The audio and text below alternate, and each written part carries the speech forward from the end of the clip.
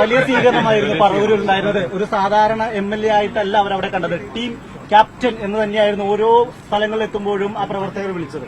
അതിന്റെ അകത്തെ പ്രശ്നം എന്ന് വെച്ച് കഴിഞ്ഞാൽ അവരുടെ MLA നയിച്ച UDF 102 സീറ്റിലധികം നേടിയൊരു വലിയ വിജയം നേടിയിരിക്കുകയാണ്. രണ്ടാമത്തെ കാര്യം, എറണാകുളം ജില്ലയിൽ 14 സീറ്റ് നേടിയിരിക്കുകയാണ്. അതിന്റെ സന്തോഷം ഏറ്റവും കൂടുതൽ ഉണ്ടാവുക എന്റെ നിയോജകമണ്ഡലത്തിൽ എന്നെ ഇഷ്ടപ്പെടുന്ന ആളുകൾക്കല്ലേ. അത് അവർക്കുണ്ടാവും, അത് അവർ പ്രകടിപ്പിച്ചു, അത്രയേ ഉള്ളൂ.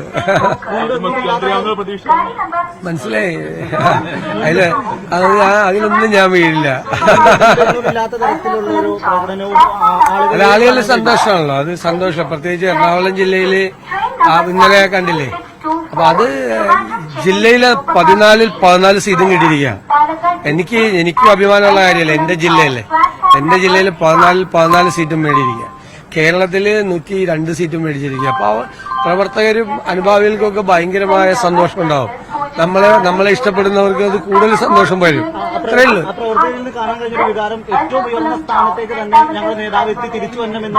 ആ ചോദ്യം ഞാൻ കേട്ടില്ല.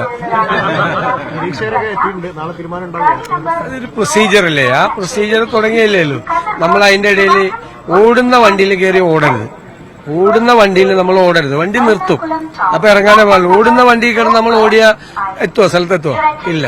ഓടുന്ന വണ്ടിയിൽ നമ്മൾ സമാധാനമായിട്ടിരിക്കുക, വണ്ടി നിർത്തുമ്പോൾ നമ്മൾ ഇറങ്ങുക. അതല്ല, നടപടിക്രമങ്ങൾ പൂർത്തിയാകട്ടെ. അത്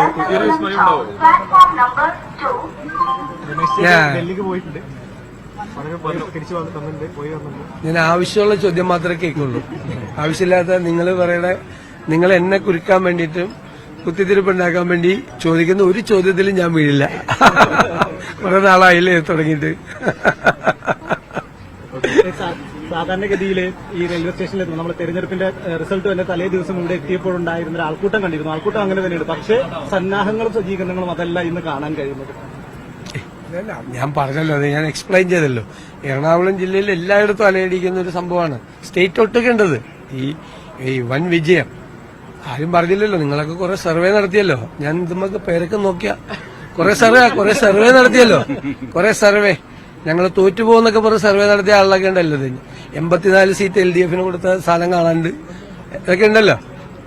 അപ്പൊ ഞാനൊരു കാര്യം പറഞ്ഞിരുന്നു, 100-ലധികം സീറ്റെന്ന് പറഞ്ഞല്ലേ, അതിലെ വന്നത്.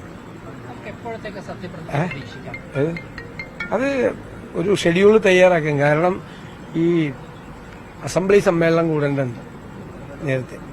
അപ്പോൾ ഒരു പുതിയ ക്യാബിനറ്റ് വന്നിട്ടാണ് അവരാണ് റെക്കമെൻഡേഷൻ കൊടുക്കേണ്ടത് അസംബ്ലി സമ്മേളനം. അത് ഒരു ടൈം ഷെഡ്യൂൾ ഉണ്ട്, അതനുസരിച്ചിട്ട് വരും.